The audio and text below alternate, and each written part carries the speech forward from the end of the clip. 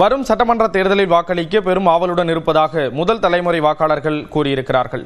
மாமல்லபுரத்தில் நியூஸ் 18 தொலைக்காட்சி முன்னெடுப்பில் நடைபெறும் தேர்தல் விழிப்புணர்வு நிகழ்ச்சியில் பங்கேற்பதற்காக சென்ற கல்லூரி மாணவர்களுடன் நமது செய்தியாளர் நடத்திய கலந்துரையாடலை இப்போது பார்க்கலாம். என் வாக்கு என் உரிமை அப்படிங்கறதா இன்னைக்கு ஜனநாயகத்தினுடைய மிக முக்கியமான ஒரு பங்களிப்பா இருக்க போறது. கிட்டத்தட்ட 100% வாக்குகள் செலுத்த வேண்டும் அப்படிங்கிறது தேர்தல் ஆணையத்தினுடைய இலக்கா வைத்து இன்னைக்கு பல்வேறு விழிப்புணர்வு நிகழ்ச்சிகள் நடக்கிறது. அந்த வகையில தற்போது நம்ம செங்கல்பட்டு மாவட்டத்தில் சைக்கிள் பேரணி, பஸ் பேரணி, அதே போல ஆட்டோ, கார் என்று பல வகையான அந்த பேரணிகள் அப்படிங்கிறது நடக்கக்கூடிய நிலையில மாணவர்கள் நம்மளோட இருக்கிறாங்க. அவங்களுடைய கருத்துக்களையும் நம்ம கேட்கலாம்.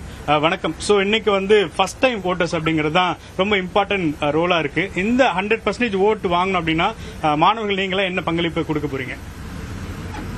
இதுதான் என்னோட ஃபர்ஸ்ட் ஓட்.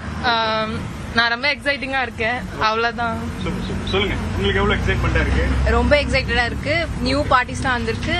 நான் என்ன எலெக்ட் பண்ணதுக்கு எக்ஸைட்மெண்டா இருக்கு. ஓகே. சோ எலெக்ஷன்ல இந்த ஒரு செலிப்ரேஷன் இருக்கும் எப்பவுமே. ஆனா அதுல நிறைய பேர் பெரியவங்க அவங்க தான் பார்ட்டிசிபேட் பண்ணுவாங்க. யங்ஸ்டர் கிட்ட இப்ப எப்படி இருக்கு?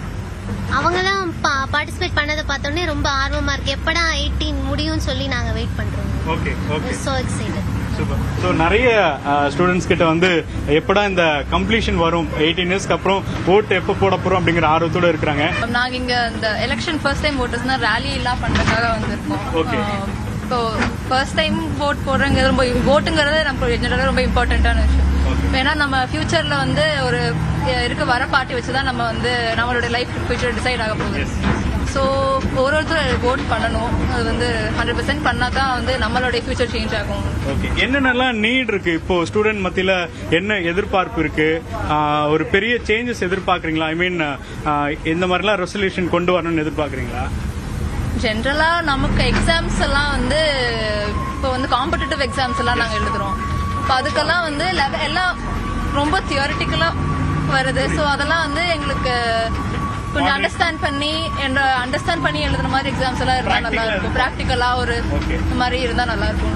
லைக் ஓட்டிங்ன்றது ரெஸ்பான்சிபிலிட்டி பிளஸ் அது நம்மளோட ரைட்ஸ். நம்ம ஓட் பண்ணோன்றது.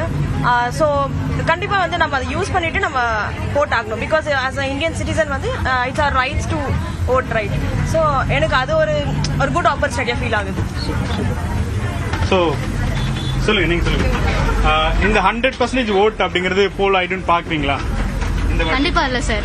நாங்க நம்ம நினைக்கலாம் நம்ம எல்லாருமே ஓட் போடுவாங்கன்னு நினைக்கலாம். ஆனா இன்னுமே சில கிராமங்கள்ல விழிப்புணர்வு பத்தலதான். நிறைய அதிகமா இருக்கு.